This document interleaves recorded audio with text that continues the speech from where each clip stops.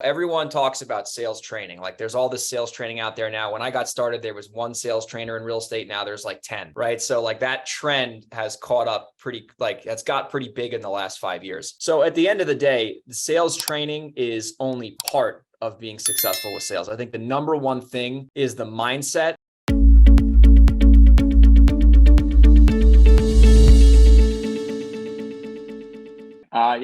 Let's get started, man. If you want to do a quick intro, and guys, if I can ask you, if you're able to, if you're not driving or anything, if you can have your video on, that'll be great. Makes the call more interactive. I get to see your beautiful faces. When I have the courage to have my video on with a face built for radio, I'm sure you guys can do that. There you go. Yeah, look at you guys. Erwin, Hector, Jane, I don't know. Sorry, man, how to say your name, but you guys, look at you. You guys, good looking guys over here. There we go. Sean, there you go. All right. Greg, let's start with a quick intro. Tell us a little bit about yourself, and then well, if you want to do a presentation, that's cool. If you want to do a quick like Q&A session, either is fine. Absolutely. So I'm Greg Helbeck. I'm a real estate investor. I've been doing this for almost 8 years now, full-time. Full-time for 7. I started, and I don't think anyone's full-time when they start because they got to get momentum, but basically 7 years I've been doing this. It's the only thing I've ever done. Started when I was 20. I'm 28 now. We got a relatively big business now. It has grown a lot in the last year. Primarily, we buy houses in the Northeast. So in the New York metro area, New York City suburbs, and then the state of Delaware, because my acquisitions guy lives there. So we broke into that market last year, and that's turning out to become a very profitable market. So I've been able to make that, wouldn't say transition, but pretty much bolt on that market relatively quickly. So I'm happy to talk about that as well today. Volume wise, we do probably this year, we should do around 66 deals based on the trajectory in the first 2 quarters, anywhere for 1.2, 1.5 in revenue. And I have a small team right now. I have 1 lead manager, 1 assistant, and 1 acquisitions manager. And then I sit in a couple different seats in the company. I do a lot of the sale dispositions and money raising and rehab management and all that kind of stuff. And then I just lead the team. So I've been able to do this relatively virtually. I mean, I go back to New York pretty often, mainly for choice. So, when I'm back there, I'll get into the weeds a little bit. Live in San Diego. So I, done probably 6 or 7 deals out in California since I've been out here. Nothing crazy. When something comes my way, I'll take advantage of it, but I don't really do a ton of marketing out here. And I think in terms of the exit strategies, primarily we're flipping and wholesaling. I'd say about 65% wholesaling, and then the balance of that is either flips like wholesales or rehabs. In 2020, I started buying rental properties and doing the BRRRR strategy. So that's something that it's a second business basically. But I've been buying a lot of these deals that we've been getting and just keeping them as rentals and refining them. And that's been a really good source of wealth. In terms of what I can help you guys with on this call, where I can deliver the most value in the shortest amount of time is probably actually the sales process and the conversion process, talking to sellers, negotiating with people. How do you get big deals? How do you talk to sellers the right way? What do you say to them? What does that process look like? I think that's something I can definitely bring a lot of value on. It's something that's near and dear to my heart. And I've been able to do it for a while as a solo operator, and now obviously be more of a leader and have my acquisitions guy take over that department in our business. So the first thing I'll cover on that, if you guys are cool with a presentation like that today, is the first thing I would say is, everyone talks about sales training. Like there's all this sales training out there now. When I got started, there was one sales trainer in real estate. Now there's like 10, right? So like that trend has caught up that's got pretty big in the last 5 years. So at the end of the day, the sales training is only part of being successful with sales. I think the number one thing is the mindset. And I know it sounds really cheesy, but it's not needing to buy the house, right? Because when I first started, sales training and really trying to be strategic with this, I knew what to say and how to say it, but I was in such a desperate situation where I needed to buy properties. I wouldn't follow the process accordingly, and I was way too needy to get that deal. And because of that mindset flaw, my process wasn't very effective, right? So the first thing I would tell you, and then we'll get into some actual mechanics and tactics, is that you need to pretend, and this sounds ridiculous, like you got 10 or $15 million in the bank, and every lead you speak to, you don't need to buy their house. And you'll only buy the house if you can solve a problem for the seller. And if it's not a fit, it's not a fit. So you always want to be mentally able to walk away from that deal. Because when you start with that mindset and you have the abundance attitude, like, hey, if this works out, great. If it doesn't work out, no big deal. It's going to allow you to work an effective process so you can do the right things and ultimately have the outcome you want. The next thing I would say is there's a really good book I've studied and read, and I revisit from time to time. It's called Start With No by Jim Camp, right? Start With No. And Chris Voss, who wrote Never Split the Difference, mentions that book in his book. And a big takeaway I got from that book is that, when you focus on what you have control over in a negotiation, it really frees you up to not be tied to a certain outcome, right? Because I used to focus, and I still from time to time will have this happen, where I'm so focused on getting the deal. I want this house. I want this. And ultimately, the seller saying yes to me, I have no control over at all, right? I can say all the right stuff and I can do all the right things, and the seller can still say no. On the other side, you could say all the wrong things and sound like a complete goofball. And if you got a motivated seller, they'll probably sell you their house, right? So just focus on everything you have control over and approach the deal like you don't need it. And that will set you up for success when it comes to the rest of the process that I will cover on this call, right? So that's the first two things I want to talk about. The third thing I want to mention is, how do you know if you have a seller who's actually like a potential deal or not? So a couple of years ago, I went through a little rough patch in the business, like everyone, where I was a solopreneur. I think I had one assistant. I don't even know if I had an assistant yet. I don't think I even had I was a straight solopreneur. This was 2 years ago now, 2 or 3 years ago, I forget.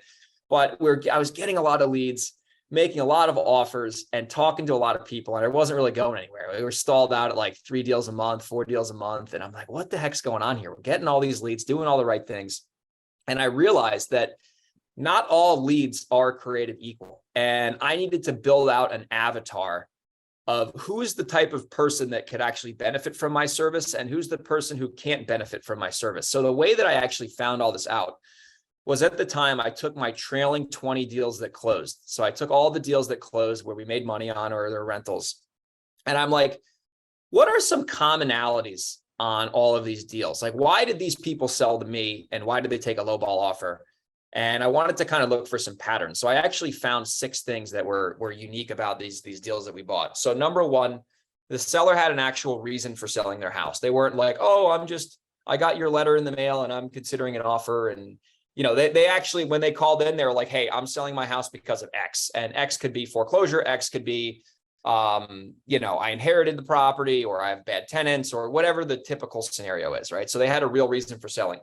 The second thing was that the properties usually needed work, right? Like, they weren't all falling down development deals, but they needed updating. They were dated. They weren't just rehabbed. They were, there was some value add that could be done to the projects, right? So that was the second thing. The third thing is, generally speaking, they had a timeline of 6 months or less on when they wanted to sell the house. So it could be right now, could be in 3 months, could be in 6 months, but they had a definitive timeline that was within 6 months of selling the house.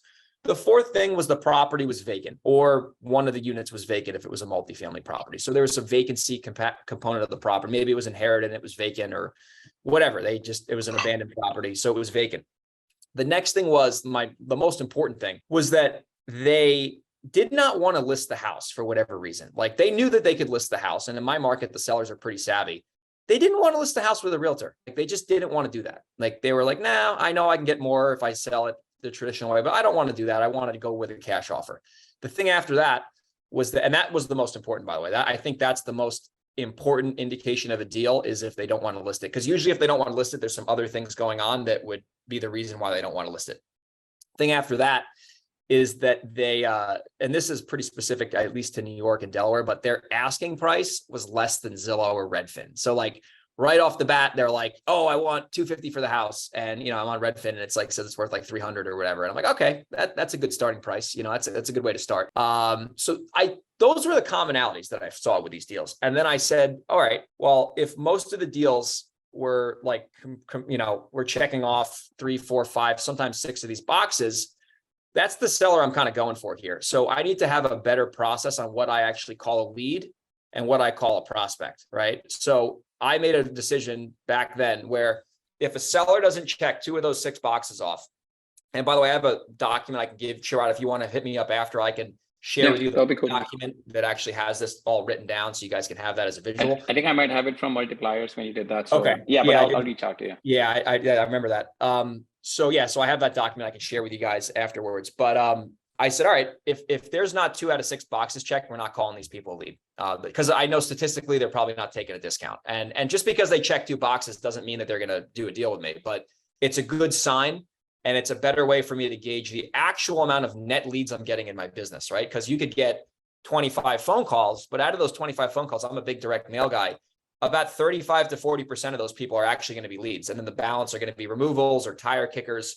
So you want to set yourself up where you're working with people who actually have a potential problem you can solve. So after you go through that process and you can weed some of these people out, let's assume they check 2 out of those 6 boxes. At that point, we would begin the sales process and we would actually start going into, okay, what do we say? How do we say it? How are we going to go about this? And do we know if this is a closable deal? So the first thing I always tell people when we're doing sales and we're training sales or when we're buying houses is we want to set the stage with the seller. We want to set the expectations for the call. So generally when we do that, there's 3 things we want to cover. We want to cover how long is this call going to take? What's going to happen on this call? And what's going to happen after this call, right? So a lot of sellers call in, they're confused. They don't know what's going on. They got a postcard, they saw your website, they got a cold call, whatever, text message, Facebook lead, whatever. And they don't really know what to expect because a lot of people see buying houses for cash and they think it's a scam.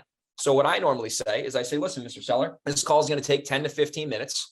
I'm sure you have some questions for me. You want to kind of think, you want to say what they're probably thinking. I'm sure you have some questions for me. I'd be happy to answer any questions you have for me about the process.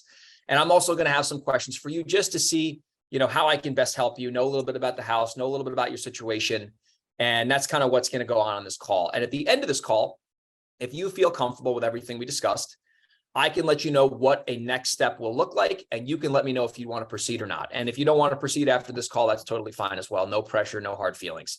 So I'm kind of like, it's almost like you're cooking pasta and you're like taking the lid off of the pan of the pot and the steam is coming off. Like, oh, the seller's relieved. They know exactly what's happening. It's going to be 10 minutes, et cetera. They know what's going to be discussed. And then at the end, you let them know if there's going to be a next step. If they feel comfortable taking it, we can take it. If not, no pressure. So what that does is it allows a seller to actually open up and tell you really what's going on, right? So you can have a productive call. And another thing I love about that setting the stage concept is that if the seller's in a rush and they can't talk for 10 minutes, you don't want to get on the phone with them because they're just going to be like, okay, sure. What's your offer? Sure.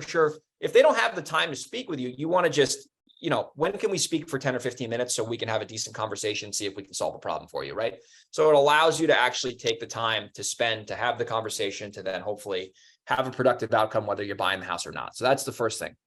Second thing in the sales process, and I'm just covering high level here today, is really you want to start to investigate the seller and see, why are they selling this house? Why are they calling you? I mean, there's a lot of people trying to buy houses. Why are they speaking with us? So what I always love to say after that is, Mr. Seller, tell me a little bit about the property and how come you want to consider selling the house?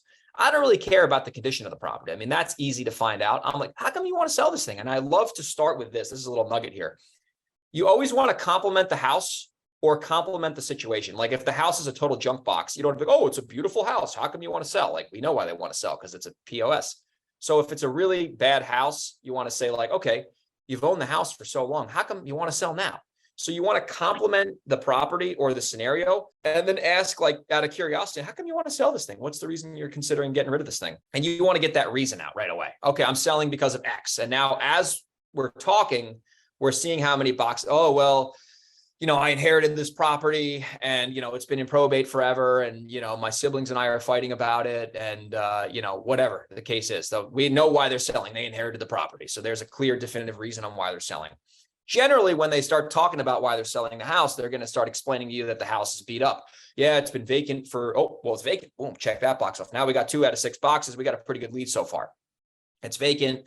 I want to get rid of it right away. Oh, I want to get rid of it right away. Boom. What's right away look like to you? Oh, as soon as possible. Month, 2 months. Does that sound good? Okay, cool. Now we got 3 boxes. And what we're doing is the seller is talking. And as the seller's talking, we're gathering all this information. And we're just kind of building a case here to present a decent offer to them at the end of the day. Okay, I want to sell it quickly. I want to, I inherited the property. It's vacant. Well, how's the condition? Well, yeah, it's pretty beat up. It's been, sitting vacant for, 4 months and, the utilities aren't running in the process. So now we got a vacant property they inherited, needs work. We got a good timeline. And now we got 4 out of 6 boxes and we're on the phone for 5 minutes. So now we have a pretty good lead here. So you keep investigating, you get their reasons out. And then at this point, this is where, you can build a lot of rapport with the seller. And what I always love to do, this is from Chris Voss, is you summarize what they're saying in your own words. So they know that you're listening to them. That's the best way to build rapport. It's not talking about the fact that you both like the New York Jets or you both are from Tuscaloosa, Alabama, or whatever the case is. You want to actually label what they're saying in your own words. So it sounds like you're really stressed out about this. You inherited the property. You and your siblings are going through a rough time. Property's beat up. You don't know what to do with it. You can't afford to, make the tax payments. And it just seems like, you want to get rid of this so quickly and you want to get the cash so you don't have to worry about it again. And you summarize what they say. Oh, yeah, exactly. That's exactly right. So you're summarizing what they're saying, and then they understand that you're number one listening to them. And, that's subconsciously building rapport, and like they feel like they're actually working with an expert. So summarize the scenario, get a kind of snapshot on where they're at with everything. And then the next step in that process is then we start talking about all the reasons why they don't want to sell, or all the objections that might come up. And you want to, it's like, if you guys have seen the movie 8 Mile, at the end, Eminem like basically goes on the stage and starts like saying all the bad things that people said about him. So then the guy that he's rapping against like can't say anything because it's already been said. So you want to do that with all the objections. Hey, Mr. Seller, I mean, it's in a great area. It's in Scarsdale, $1 million houses around there. How come you don't want to just list this house on the market? Because in my area, that's the biggest deal killer. Like they're going to list the house. It's worth millions of dollars, right? So how come you don't want to list it? Why don't you just list this thing on the market and get top dollar for it? They're either going to confirm or correct you there. They're either going to say, well, I might do that if I don't like your offer, or I thought of that, but I don't really want to do that. Well, now there's another box. Now we got 5 boxes checked. There's, they don't want to list it now. And they have all the other criteria.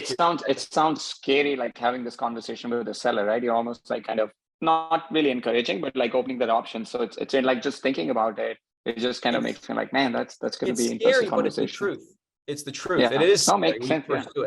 Because the thing is, if they're going to list the house, they're going to list the house. You want to find out right away. Like you don't want to like if they already kind of know what they want to do, their mind's already kind of made up when they're on the phone with you usually. So when you bring these things to the surface, you're able to have a productive call. And it is uncomfortable in the beginning, but I'm telling you, once you start doing this, it's going to be so much more productive for the phone calls. Oh, Bob Warburton's on the call. Bob, what's going on, brother? How you doing, man? We just chatted last week. Anyway, so you want to bring up all the deal because, well, how do you just keep the house? Why don't you just, fix it up yourself and throw a renter in there? You get 10 grand a month in rent, Scarsdale. We can't do that because that's another deal killer in my area. People know that the houses are gold and the rents are so high. So sometimes they'll just rent the house out. Or if it's a landlord, well, just get a better tenant. Your tenant's not treating you well. Just put a new tenant in there. Your cash flow, $300 a month. Why not? So you want to start to go through these objections and see what they think about these objections. Because if they start ruling out all these objections on their own, you're not going to have to overcome them because they're already getting overcome and we haven't made an offer yet. We wait till the very end to make an offer. So you want to start dealing with all the objections. Why don't you list it? Why don't you rent it? Hey, why don't you keep it? I mean, this is a gold mine. It's in Scarsdale. I'm just using Scarsdale as an example. It's in Scarsdale. It's a beautiful, beautiful area. Property values keep going up there by the month. Oh, I don't want to do that. I want to sell it. So usually when you have a motivated seller, they're going to like rule out a lot of these objections for you. So you don't have to worry about them. Right. And then you've already discussed them. Because the last thing you want to do is like have a call with them, not ask about these objections. And okay, my offer's, $780 for the house. Oh, there's no way I'm taking that. I'm just going to list it on the market with a realtor for $900. Well, if we found that out earlier, we'd kind of know where we're at, right? So let's say some of these objections are actually issues, like they might list it. So in that case, I'd be like, all right, well, if that's the case, Mr. Seller, I mean, I'd love to make you an offer on this house. We certainly can get you one. But it sounds like getting the most money is the most important thing for you. And you have no problem waiting 6 to 10 months to sell this house and get top dollar. And we're going to right there. That's called a stealth mismatch, as Todd Toback says. You're going negative. And at that point, they're either going to confirm you or they're going to correct you. And if they confirm you, you at least know where you're at. And if they correct you, they would start to sell themselves on why they actually want to sell you. Oh, well, I don't know. I want to try to avoid that if possible. I probably would take a little bit less for the house if I don't have to list it. And you kind of know where you're at with these objections. So third part is we start dealing with the objections. And then the fourth part now is really when we start getting into the negotiation and the price and like, okay, let's actually get down to business here and see what it would take for them to get a deal. So before we start making offers and doing all that crazy stuff, we want to test the seller's ability to take action because some people, are not, oh, not some people, most people aren't going to sell right now. Sure, we get laydowns here and there in our business where they're just ready to go and they're ready to roll. But a lot of people, it's a process. It takes 2, 3, 4, 5, 10, 20 phone calls. You know, we got sellers in our database for 7 years that we're still trying to work and buy houses from, right? This is the way it is. So what I normally will say is I'll say, listen, Mr. Seller, we covered a lot of ground today, and I'll summarize their scenario again. If you got a number you were happy with, what would your next steps be? And I want to see their ability to make a decision, because once you give the seller your offer, this is a big nugget too. Once you give the seller your offer, they have all they want from you. They have all the leverage, and they know exactly what they have, and they really have no reason to talk to you after that, because they're calling to get an offer, right? So you want to delay this offer as much as possible. So I'll say to the seller, and this actually has worked really well on some recent deals. Hey, if you got the number you were happy with and this thing worked out and it solved your problem, what would your next steps look like? And if they say, well, I would sell, then you could confirm it. Okay, so it sounds like if you got a number that worked for you and you were happy with it and your wife was cool with it, you'd be on board to go forward and we could proceed if you were comfortable. Yes. Okay. So now we know the problem we're really solving for is the price and making sure they're happy with the price, because everything else seems to be making sense here. The deal killers, the objections, they said, what they say and what they do is obviously a very different thing. Ask me how I know that. But we're working towards a pretty good outcome right now, right? So that's a big piece, is you want to test their ability to take action before you ever make an offer. Because a lot of times in reality, you'll say that and they'll be like, well, I can't do anything right now. I still got, whatever. And now you can say, okay, well, it sounds like even if you got a good number that you were happy with, you can't even make a decision right now. And then you kind of know where you're at with them and you kind of back that offer, delay it, maybe follow up with them and be more strategic with it. But you want to test their ability to take action. So now we do that. And obviously I'm going fast here, but I'm sure there's going to be some questions.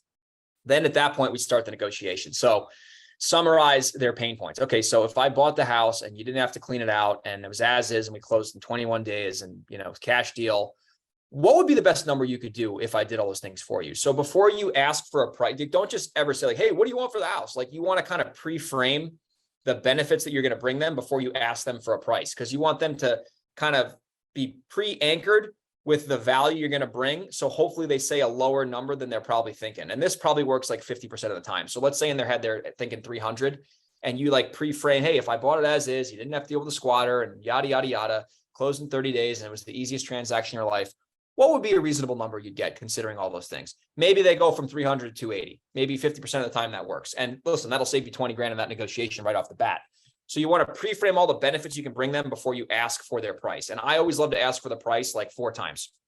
Hey, with all the benefits I can bring to you, what would be a reasonable number you'd want to accept? I try to get them to say a price. Maybe 50% of the time they'll say a price, and then we have the number.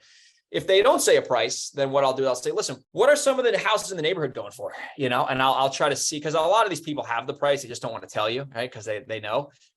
So then I'll try to get them to tell me what the neighbors' houses are going for. What are some, zip houses in the zip code going for? Okay, well, considering yours, would you want more or less than that? Now, they're kind of indirectly giving us the price. If they still don't give you a price at that point, then I'll say, all right, well, let me ask you this. What price would you not sell the house for? What would be a ridiculous number you would say absolutely no to?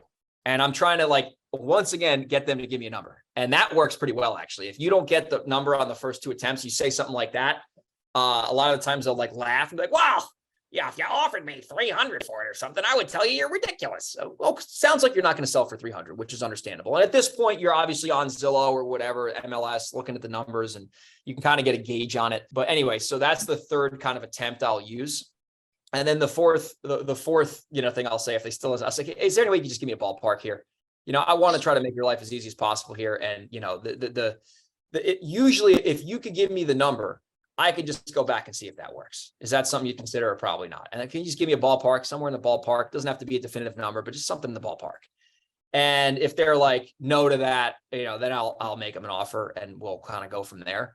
But I definitely don't let the first objection be a reason for you to just spout an offer out, because like I said, the offer is the leverage you have, and that's why they're on the phone with you. So that's kind of how the process works in terms of the negotiation. Once you get to the actual offer, right? Like you're making the offer or whatever, you're negotiating. Something that is really scary that is so effective though, is when you make the offer, let's say they accept the offer and they give you a yes or whatever, you want to try to kill the deal before you even get the deal. So, hey, Mr. Seller, it sounds like, that price is going to work at the 280. And it seems like that is the number that's going to, you're accepting right now. Are you 100% okay with this? I want to make sure that you're comfortable with this, and we're not just having this conversation and it's, you're saying yes now, but you might say no later. Are you 100% sure that this number actually works, or is this not going to work for you? You can just be honest with me, seller. I promise it won't hurt my feelings. I just want to make sure that I can truly help solve a problem for you and you're cool with that number. Because if you're not, that's totally fine and it's no big deal. And you back away, right? Which is scary. It's scary to back away because you think you have a deal. But the truth is, if they're not committed to you and the number, you're going to find out anyway, and you're going to find out the hard way, right? So your best bet is to do this and be very proactive and try to like kill this deal a bunch of times, because as Todd Toback says, motivated sellers are like zombies. You can't kill them. You just can't kill them. It's impossible. If they want to sell you their house, they are going to sell you the house, right? Whatever it takes, they're going to sell you the house. So the more you can stress test the deal and, really dig and make sure they're committed to them, it's going to, find more success than it's going to make you more successful more often than not doing that. And then another nugget, and then we'll have some Q&A here, is if you're doing this virtually, right? We do a lot of 90% of our deals are virtual, where like we lock them up on DocuSign and we don't go in person and sign them up. Like if it's a certain occasion, we will, but our standard process is DocuSign.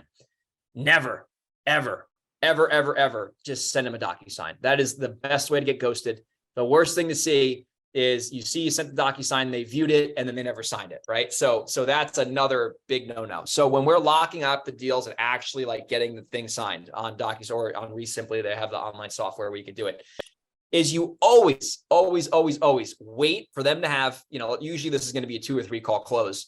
Wait till they have their computer or their phone up. You actually send them the document on the spot on a conference call or a Zoom or whatever, and you go through the agreement together. And we have pretty straightforward agreements in New York. You have to get an attorney involved, so it's a different story. But in like Delaware, for example, our agreements are straightforward. Like there's nothing really crazy on there. It's like 3 pages. It's easy. It's simple. But we go through the agreement with them on the spot and make sure that they are comfortable and everything makes sense for them. And then they sign it on the spot, usually first. And then we sign second. And then we have the deal. We put it into title and escrow. And we go forward and we stress test it. Are you sure you're cool with this? Making sure, and you want to always just use that layer of caution, but never, ever, ever send, okay, sure, send me the offer, I'll sign it later. That's not going to happen. Most of the time, they're going to just view it and ghost it and shop you. I'll use a quick case study too on the sales process, and then we can open up the Q&A. So this is actually a deal in Delaware. Long story short, the guy called our PPC ad, and I wasn't involved in this one until we got it, but it was an abandoned call, I believe. It was not even a form fill or like a real call with a voicemail. It was an abandoned call from a guy with a 302 number. And Lindsay called him back, and he was a tough seller. She said he was rude, but she says a lot of people are rude. I don't really know what she's talking about, but he wasn't rude. He was a straight shooter. And Brett got on the phone with the seller, and he was basically like, after Lindsay took the call, like she wrote some notes in there, and Brett got on the phone with him, and he was trying to sell this property in Newcastle. It was in Newcastle, Delaware, in Newcastle County. So it was a pretty good area. And he was like, yeah, I had this guy from Philly, and, he put a lot of pressure on me, and he made me this offer, and he said he'll come down right now and sign it up. And he was going to drive down from Philadelphia. I don't think the person's on this call. I don't know who the guy is, but basically was going high pressure with the seller. And the seller was like, whoa, no, I don't want to do that. And he like bailed on the guy and then called our company on a PPC ad. And Brett gets on the phone with him. He's like, it sounds like, you really don't like getting pressured, right? It sounds like you want some time here. You want to be able to make a good decision and work with someone who's going to just be more flexible. And he's like, exactly. That's exactly what I want. And Brett was, we got into why he's selling it, divorce, vacant house, needs work, the whole typical scenario, right? And Brett's like, well, let me ask you this. He offered you 75. And this is 75 is a great deal, right? For this property, home run, right? We already have it wholesale. And those fast talking Philly guys, you got to be careful. Anyway, so Brett was like, listen, if we worked on your timeline and gave you some time to make this decision, would you be open to working with us? And we could just make this an easy deal for you. And he's like, yeah, sure. He's like, what about the price? He's like, well, honestly, I'll sell you the property at the same price if you just give me another day. And Brett's like, all right, sounds good. Hey, real question. If we give you a day, is that really an excuse for you just kind of shopping around and getting a higher offer? Or like, is this something you really need to think about? And he's like, I really just need to think about this. It's a big decision. Got a lot going on, yada, yada, yada. And Brett's like, all right, no problem. That's totally fair. Hey, let me ask you this. In the event that you ended up getting more offers, because we obviously know this is a competitive business. So we dealt with the potential objection in advance. Hey, if you end up getting another offer or two, which obviously totally out of our control, would you be open to just giving us the last look? Let's say you get another offer and it's 10, 15 grand higher. Would you be able to give us the opportunity to match or beat that offer? And regardless, we can, get the house. And he's like, absolutely, that's fine. And he's like, by the way, I'm not going to do that. But if I did do that, yes, you'd have final say on the decision. He's like, cool. So when do you want to speak next? Mr. Seller? Oh, we'll speak, 2 days from now. And then speaks in 2 days, gets the deal locked up, 75K. We already got it moved. This is weeks ago. Basically, Brett took the seller and where they're at and found out why he didn't sell to the other guy in Philly. And all of a sudden was like, okay, if I could basically make this process much better for you so you feel more comfortable, can we just proceed at the same number? And he's like, yeah, that's cool. And that's a 40K deal, right? That's an escrow. So the point of that story is that not every seller is going to be the same. And some people, you got to be like a hammer. You got to be a hammer with them. They're getting 3-4 offers. They're, you got to, we've had this happen in Delaware a lot where like they've had an appointment set with somebody for like the next day. And they called our company beforehand to try to like set the 3rd or 4th appointment up. And we just bought the house over the phone and beat all the competitors out because we knew that they were in decision-making mode. And we were like, hey, if we made you the offer you want, would you be open to canceling those appointments and just signing the paperwork with us if you're comfortable? Yeah, I would do that. I don't want to go on those appointments anyway. Okay, cool. Boom. So that's gotten us a lot of deals, especially in Delaware where it's pretty competitive. But that's the sales. I could talk about this for 7 hours, as you guys can probably tell. Love to open this up for Q&A and we can kind of go from there. Yeah, guys, if any of you have any questions, either you can put it in the chat or unmute and feel free to ask. Greg, great information, man. I have one question. We run into this every now and then. We have sellers saying, I'm not going to sell you until I have like the scenario that you were mentioning just now. We have some sellers that would say, I'm not going to sell my property until I've had everybody come and look and make an offer. How do you handle that? Oh, that's a great one. So if that's the truth, we just ask for last look. Okay. Hey, listen, that's totally fair. I get it. And like I said, that happens, maybe 20, 30% of the time with us. And that's a normal thing, especially in a hot market. Hey, that's fair. I get it. I'd probably do the same thing if I were you. I don't blame you. You just acknowledge it. Hey, listen, let me ask you this. You're going to get a bunch of offers. Obviously, it sounds like money is going to be the most important thing for you. So we're kind of labeling what they're thinking. Oh, money seems to be the most important thing. Hence, you're going to have 5 people make you an offer and you're going to try to make the decision on the highest offer, most likely. With all that being said, Mr. Seller, would you be against just giving us a last look? So whatever offer you get, would you give us the opportunity to either match or beat that offer and then we can proceed? Is that something you'd consider or probably not? And at that point, a lot of sellers actually agree to that because they see that, we ask honestly, and you never know until you ask. So that's normally what I do. And at that point, if the seller has integrity and they actually are going to do that, usually they're pretty honest and they'll say, hey, I got an offer for, 150. That's the best offer I got. If you could do 150, it's yours, or 152, whatever. And then we decide at that point, do we want to do it for 150? Maybe we offered 120 and we're like, we can wholesale it for 140, 150. We probably can't do that. Maybe we'll kill the deal. So yeah, we'll just say, hey, can you give us last look? And a lot of sellers appreciate that, at least in New York. They're like, oh, no one's ever asked me that. Like, oh, okay, well, there you go. So that's what we do when it's a competitive situation. But if another thing too, if they're getting like 10 offers and they don't want to even give any information out and they're like, oh, just see me at the house. Like at that point, it's like a cattle call. And we'll just kind of like, if they're not agreeing the last look or anything like that, we'll just kind of be like, whatever, we'll make them an offer and just go from there. Kind of really not take it too seriously because the seller's not taking us too seriously. Like the truth is we want to work with people who value what we do and how we can actually serve them and help them. And if a seller's not willing to get a 10, 15-minute phone call with you and actually talk about their scenario, it's probably not someone we can truly help. They might just be doing a cattle call.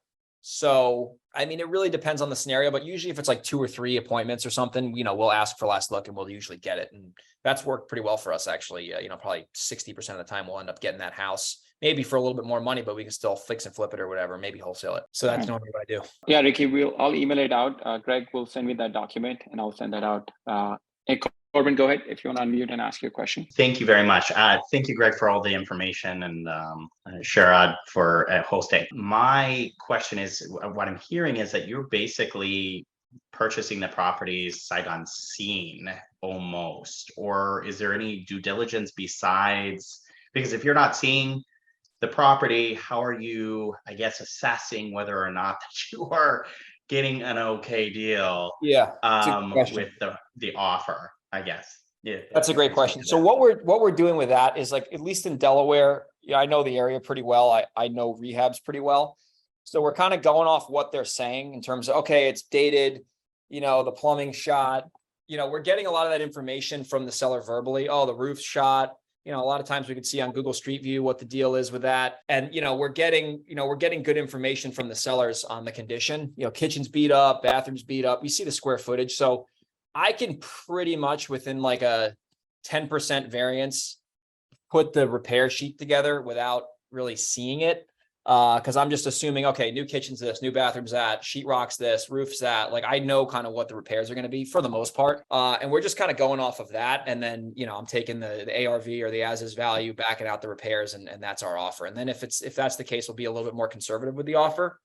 And that really doesn't beat us up to like, we don't really like screw that up that often. Like maybe 1 out of 10 deals will screw up the numbers and they'll say it's really bad and it's even worse. But if you know your market really well, like in New York or Delaware, like I know if it's like a townhouse that needs a full rehab, it's probably 65 to 70. If it's a disaster, right? If it's not a disaster, probably 35 to 40. I've just done enough projects to where I just know what I mean? I just kind of know. I know what these things are going to cost and I know the repair, you know what I mean? That's kind of what I do, at least. Yeah, so you know your market pretty darn well to be able to. I know my market very well. Yeah, got it. I know my market very well. Okay, because I was wondering if you were doing it maybe outside your market per se, because I'm thinking longer term, or just even if I did this, was able to do it outside my current market, because we touch the property before we purchase it, right? Yeah. So, but I was just curious if you were outside your market, but that's okay. Thank you. Yeah, if it's we get leads in other areas sometimes, PPC or whatever, but I mean, it's not, we'll just wholesale those. But if it's in New York or Delaware, I know pretty much what it's going to be in repairs, especially if it's like a old farmhouse or something, that's a little bit, but we don't really touch those. I mean, maybe we'll wholesale it and we'll assume the worst and hope for the best. But yeah, I mean, if it's like a typical house where it's like an easy, it's a ranch in, Newark, Delaware, and it's 1,300 square feet and it's shot, like I know what that's going to cost, regardless. And I have enough like projects completed so I go, oh, that project cost me X. All right, well, this one's probably going to cost X too, and that's kind of what we do. Because I've just found that like, if you're pretty good with the repairs, you can speed up that sales process by getting the deal right away versus, oh, well, I'll see you next Tuesday when you're back from vacation. Well, what happens in between now and Tuesday? That's a week, that's a whole week. We're going to wait, right? Maybe they're getting other offers or maybe, who knows? So if you know your market well, that's just an easy fix. And Greg, for someone who's new, starting out, or not super familiar with the market, would you suggest like getting the property into contract and contingent on a walkthrough? That's what we do in our market, because we're closing on everything. We don't wholesale. We're going in, doing some pretty big rehab. So we'll get the property into contract and it will always be contingent on an inspection. Is that what you would suggest someone to do if they're in a new market or closing on everything? If you're brand new, maybe. I would say if you really don't know your stuff yet and you're just learning, I would say that's probably the right thing to do for the seller, just so they kind of know in advance, hey, maybe this is going to change. Yeah, I mean, if you're new, I think that's the right thing to do, because it's just you don't have that experience, because you don't know, right? So I would say if you're brand new, that's when I would probably do that. And we do that if it's like if we really don't know, like for some reason there's an X factor, we don't know, we'll ask for a contingency period. Hey, could we have 3-4 days to have a contingency period, take some contractors in here. And then at that point, after 3 days, we'll know for sure if we can do this number, or if it's going to be a different number, we'll let you know in advance. But if it's like a straightforward house, like we just go guns blazing.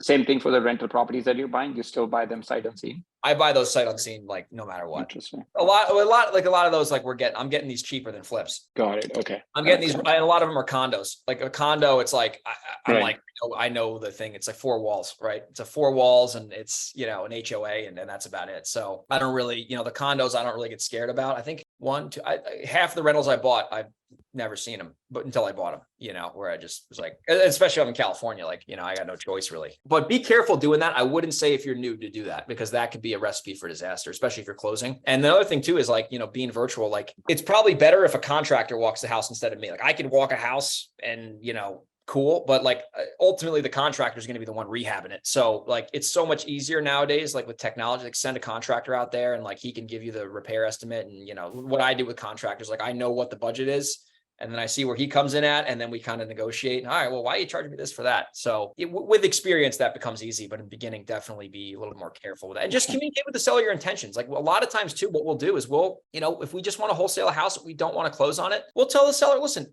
we're gonna probably sell this to a partner of ours and make a profit. You're still going to get the same number, but we're probably not going to be the ones buying this. And I just want to disclose that to you now, so we don't set the wrong expectations with you.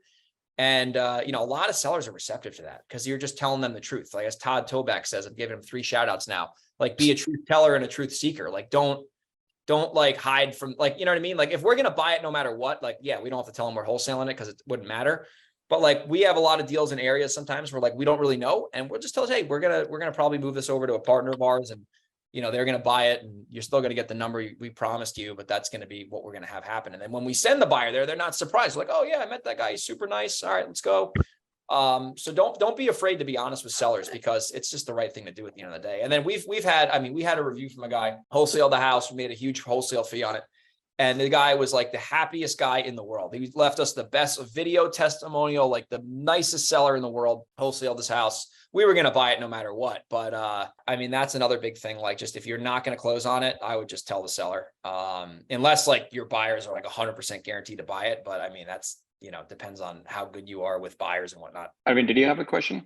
Yes, I did. Appreciate that, Sherrod. Greg, thank you for this. I think that was gold, what you brought up from Todd Toback. I haven't heard of that yet, but about being a truth teller and a truth seeker. I kind of I had a question on sort of the pass off. It sounds like you have like a follow-up specialist that kind of takes the initial points of the call, and then you kind of either closed if it needs to, it needs your expertise on finishing the deal. I want to kind of go on the points. I have some points here, and I just want to make sure that I'm going over all of them. And that's, I guess, and to phrase it as a question, what are the main points that you kind of set your target on when you are taking the pass off in terms of closing a deal? So some of the points I have here is, obviously summarizing your last call, probing for the motivation. So maybe the follow-up specialist didn't really dig into the motivation as much.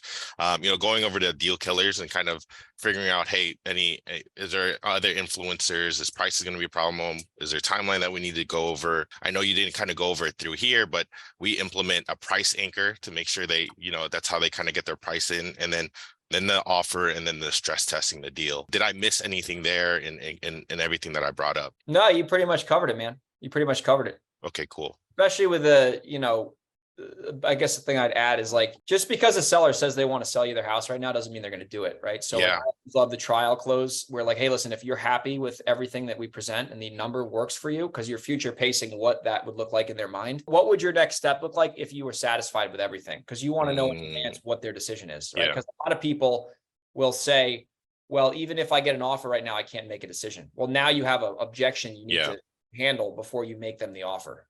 Because if you make them the offer and then they're not ready to make a decision, it's not going to be productive for anybody. Mm-hmm. Okay. And then kind of a follow-up question. Do you have anything that's in your arsenal to kind of deal with? Because I have this in my pipeline. I have like at least 3 deals that are, they've almost pretty much agreed on price. They like us and our process, but they're just kind of kicking the can down the road. And usually it's waiting on an item like selling things in the house. I have a guy who's pretty much homeless within his own house. He's just kind of kicking down the can down the road. Sometimes you're going to have to just follow up with them, and that's the way it is. And other times it's like, well, it sounds like the main issue you haven't sold is you haven't found a place to, like, we have this going on right now. I just saw a text from a seller we're working with. She can't find an apartment. We're like novating the deal, and like the deal's probably going to die because she's just a clown, but like she's slowly sinking her own ship. Yeah. And I've tried to basically, hey, listen, I can help you find an apartment. I can kick in $5,000 for you to get an apartment. If we did that, would that expedite things? And if they say yes, then cool, we can implement that. But if they say no, okay, well, it sounds like at this point, we're kind of at a standstill until, you get all your, affairs in order. Yeah. Sounds like a similar situation. Yeah. We've offered to pay for water and all that. You can't steer a parked car, bro. You can't steer a parked car. Like, I've had enough experience with sellers who are serious where like, if they're motivated, they're going to find a way to help. They're going to find a way to do the deal with you. And if they're not motivated, they're going to justify it all day long. Okay, cool. I appreciate that. Thank you for that insight. Yeah. That's what I would tell you. I mean, it is what some of these people, you just can't, listen, we're buying houses from procrastinators most of the time. That's the truth. So, a procrastinator is a procrastinator, Yeah. and you can try to provide solutions, but like I said at the beginning of this call, you got to just focus on what you have control over. And in that case, it's just, what you say and how often you communicate with them, and throw all the solutions out there. And if they take them, great. If they don't take them, it's all good. Awesome. I appreciate it, man. Thank you. My pleasure. Any other questions, guys? I have a couple of questions for Greg, but I want to make sure I give you guys a chance to either type in your question or unmute. Matt, I saw your question. Send me an email, greg@velocityhousebuyers.com. I'll put it in the comments here. I'm in downstate New York, so I'm in like the Hudson Valley. So that's, I don't know what part of New York you're in, but I'd be happy to connect with you regardless. That's my email if you want to send me an email. All right, Greg, a couple of questions I have is, Sure. One thing, you said you're big on postcard. Are you putting your website on the postcard? I've heard both. pros and Yeah, cons that's a of good it. question. Not really. Mainly because we have a very good Google review, and Yeah, that's what I we have figured. a Yeah. lot of that. So we get some crazy people that call in. I'm talking crazy people. So I've just found that if I drive them to a phone call, we're still making a great ROI from mail. I'm sure if I put the website on there or an email address, we'd get more leads. And we've bought houses in the past from that. But I just don't want to run the risk of having 3 or 4 Google, oh, these guys keep mailing me, they're a bunch of scam artists. Like, I don't know. I just really value that. So I leave it off for the most part. And I'm thinking about if I were to do that again, if I were to put a website on there, and I haven't implemented this, and I probably won't implement this for a while, but just making another de facto carrot site, like, cashoffernow.com or whatever, and just drive them there. And you know what I mean? Just because Yeah. like that website wouldn't have Google reviews, or it really wouldn't be found. It would just be like, you'd only know it if you saw the postcard. That's what we've done in the past with PPC, run Yeah. our traffic like in the same market to 2 different websites, just looking Yeah. completely different. Yeah. We're And we actually bought doing from- that with PPC, by Yeah. the way. So we And don't we run our bought- PPC traffic to our Velocity site. It probably would be better if we did that, but I like to separate the two. So if you go to like simplefasthomeoffer.com, that's where we send the only way someone would see that is if it was a PPC seller. And then all of our organic stuff is through Velocity. So if someone's in New York and they type in like, we rank pretty well, we basically just kind of separate that. But I would say, like, if you're not afraid of having some sellers probably go on Google review and roast you, it's probably better to put your website on there. Like, we had a lady, oh my God, this lady was the worst. She was like, she called us up. I think it was a PPC or SEO lead. The house was a nightmare. Like, there's like 10 dead cats in there. It was like really bad. And she was like this greedy lady from Long Island. She had no idea what to expect. And we made her like a super low offer because the house was shot and it was in like the middle of nowhere upstate. And she like went on Google and she's like, these guys made me a low offer. And, and I'm like, we didn't do anything bad to her. We just made her an honest offer. And then I looked at her profile and she's like, the typical Karen, roasting everyone, like every vendor she's ever worked with, so you can't. I got the Google to take it down, but there's still like the 1-star review.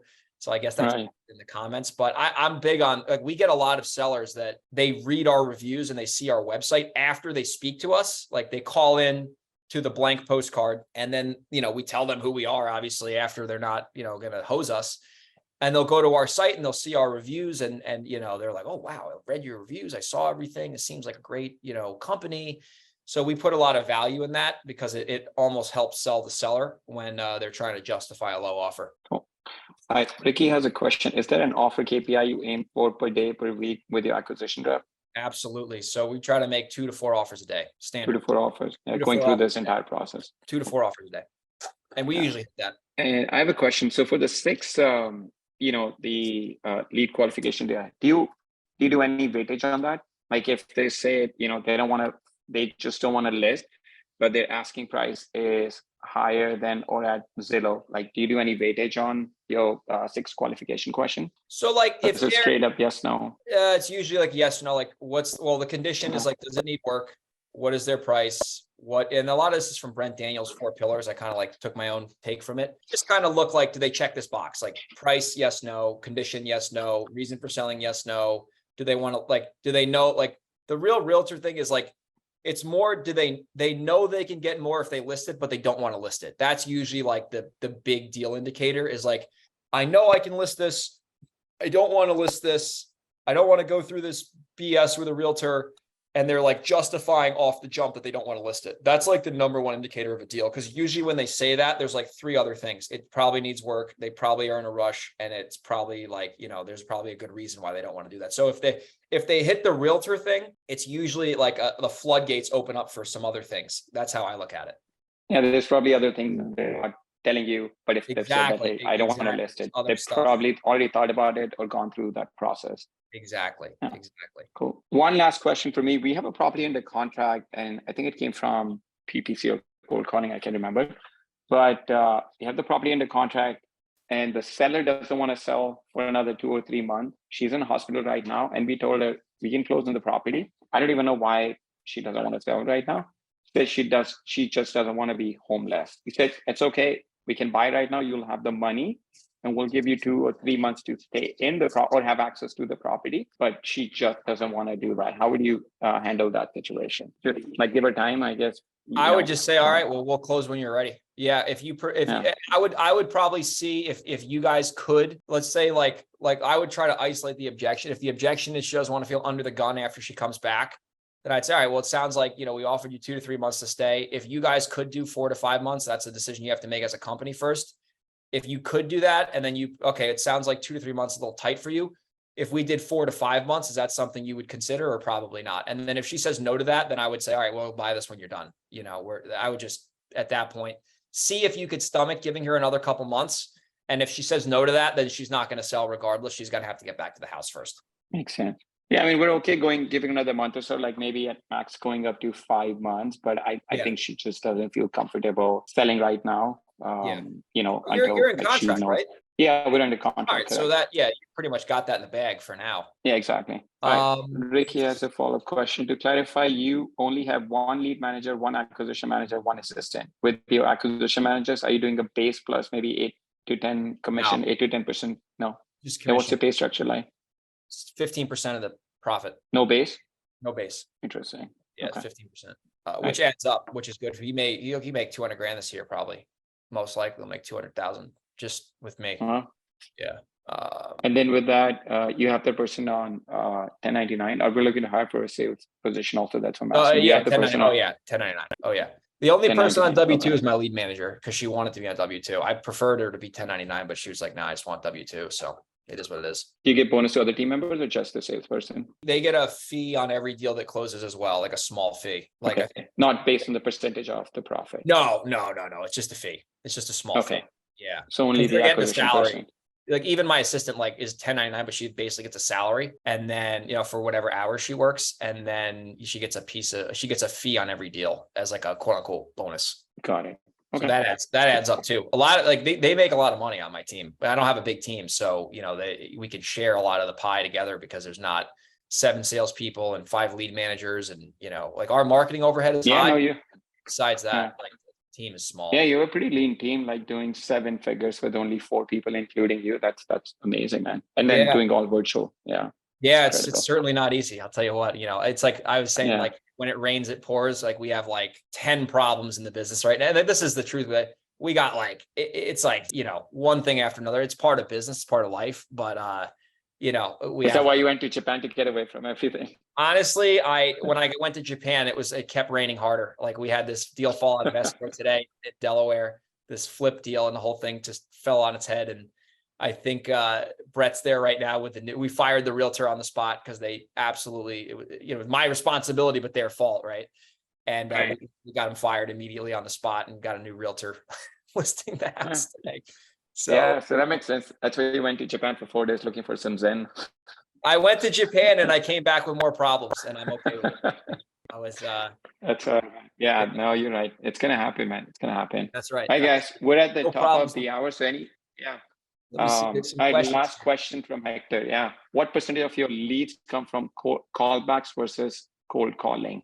We don't really, we just stopped. Cold calling is garbage for us. We try to service out. It's just garbage. I mean, listen, it works, but we don't want to be scatterbrained. It's very time intensive. So for you, are you only doing direct mail, PPC and SEO?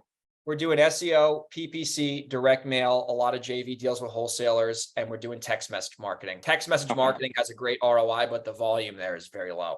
Like we'll probably get one house Right. every 3 months from texting if we're lucky. So just quick question on that, with the whole 10 DLC, are you doing it under your same brand, Velocity Home Buyers, or are you setting up a separate brand just as not to get shut down by carriers?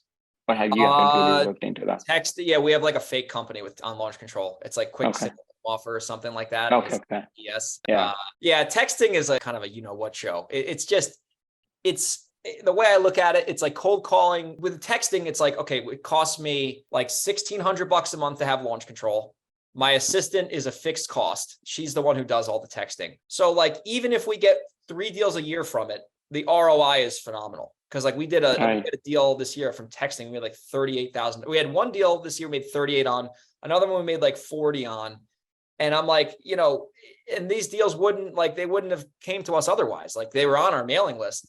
So I'm like, shoot, if we do, you know, we do one deal from texting, we make 50 grand all year, you know, I'll take that ROI. Like I'll take that all day. Such a low overhead. And from a time perspective, I have 0 hours invested in it. It's just like, it's just gravy. It's just like icing on the cake gravy.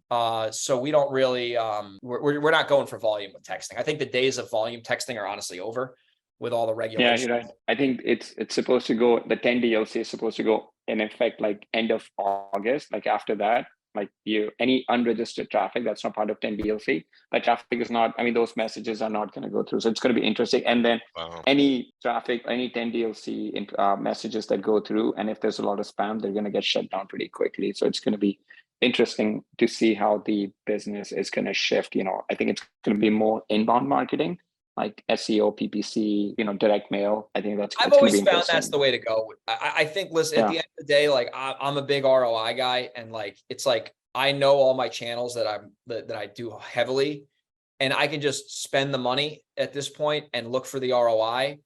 And, you know, like I think I could just pull some stat. I'll just tell you right now, like I have the data in front of me. I made a Facebook post about this and got a lot of attention on it just because I like shared my numbers and people were like, oh shit, you know, like the real numbers, not like bullshit JV numbers. So like our overall ROI with all of our marketing, this is as of like the beginning of July, is we're getting a 3.33 return on total ad spend for every single channel. Like some are good and some are better, or some are bad and some are better.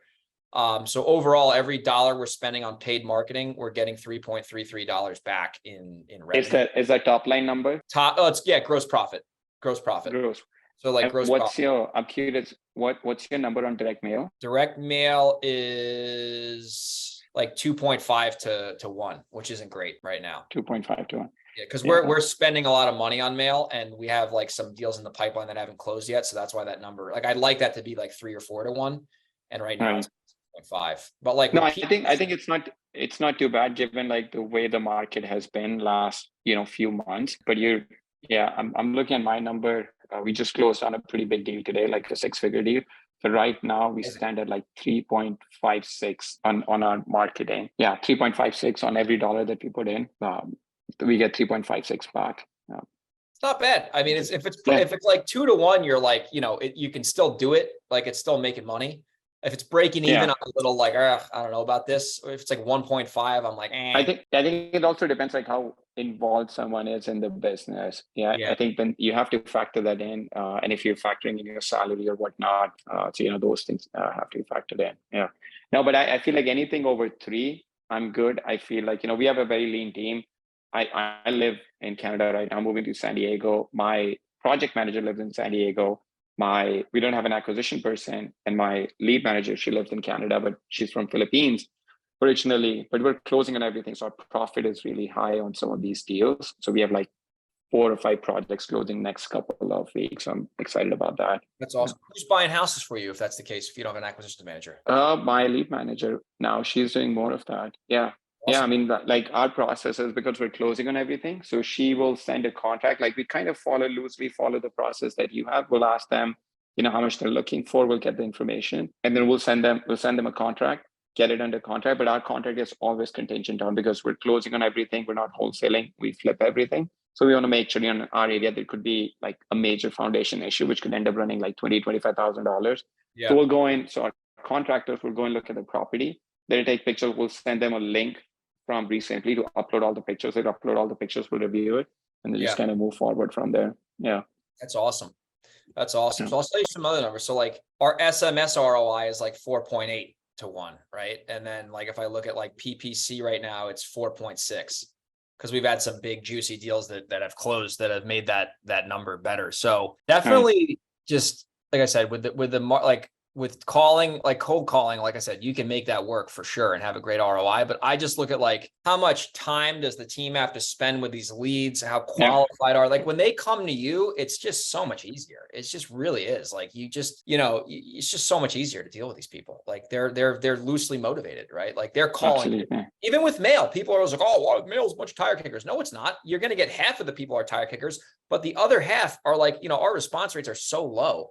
Like if someone's calling, like there's usually, and we're mailing good lists too. Like we're not mailing garbage lists. So like, it's like, oh yeah, I can't pay my taxes. Oh, that makes sense. You're on the tax list. Oh, I inherited the property. Oh, you're on the probate list. Like, it's like, we're getting great leads and all you need is really one good deal, like per campaign to like really justify that initial investment. And I've just always found direct mail is so consistent over time. Like, cause you build that momentum up. And people get the 3rd, 4th, 5th, 7th postcard from you. And they're just like, we had a house earlier this year. The lady had the postcard for 2 years and she called in and she was like, I just had another guy bail on the property. I need to get rid of this thing. It's vacant. It's a disaster. And it was like the easiest deal ever. And like that, I paid for that mail 2 years before, you know what I mean? So what's the ROI? And that campaign was already super successful, like back then. And I think direct mail is going to become more important, more relevant once like the whole 10 DLC thing like clears up and then like people actually notice their campaigns start getting, shut down, and especially with what you are doing, actually talking them and trying to get the contract on the phone and not doing a lot of back and forth. I think that's where people are going to start making a lot of money. I mean, right now it's like super easy for anybody to just get started, like just start texting, cold texting. But like once this whole 10 DLC things goes in effect, I think that's where like more experience you are, the better marketing you're doing, the more money you're going to be able to make. Totally. Cool. Awesome. All right. How often are you changing your direct mail pieces? Not that. I mean, we're sending like the same kind of stuff. Like we use open letter marketing and we, usually use the stock postcards and like, not that often. We send a similar message. Yeah, that's what we do. We get this question a lot, and I would say like just it's way more important to be consistent with your marketing. There's not like a golden direct mail piece that's going to get you, that deal. Like nobody's going to make a decision over a direct mail piece about selling their house, but it's just about the consistency of marketing more than anything. Exactly. It's just look at the numbers, ROI. Don't break what's not broken. Don't try to fix what's not broken, right? If you send out a campaign and you get a terrible response rate, next time I would do a different, piece that changes it. But it's just all about the numbers. And that's why I love mail. I think that's my biggest strength in marketing, is because I just know like the ROI and what to expect. And I play the long game. I know PPC pretty well too now, but that's a lot more complicated. There's a lot more moving pieces with that. But mail is still my favorite channel by a long shot. Absolutely. Yep. Same here. I would say if we had to pick one direct marketing channel, especially like outbound direct mail, hands down. Yep. Cool. All right, Greg. I know you're jet lagged. I mean, you came in with a lot of energy. Hey man, I bring the value, whatever it takes, man. I know we get this call. I'm like, I'm going to do it. Yeah, I appreciate that. I appreciate that. All right, guys, I'm going to drop this link on the chat. If you guys got any value, if you just click on the link and give us a 5-star review, we'll super appreciate that. And then we'll get Greg, if you can shoot me that message with the 6th step, for lead qualification, we'll send it out to everyone. Yep. I'll get that to you. And we'll also include Greg's information. All right. Thank you, man. Thank you, guys. All right, see ya. See you on next week call. Thanks. Bye-bye.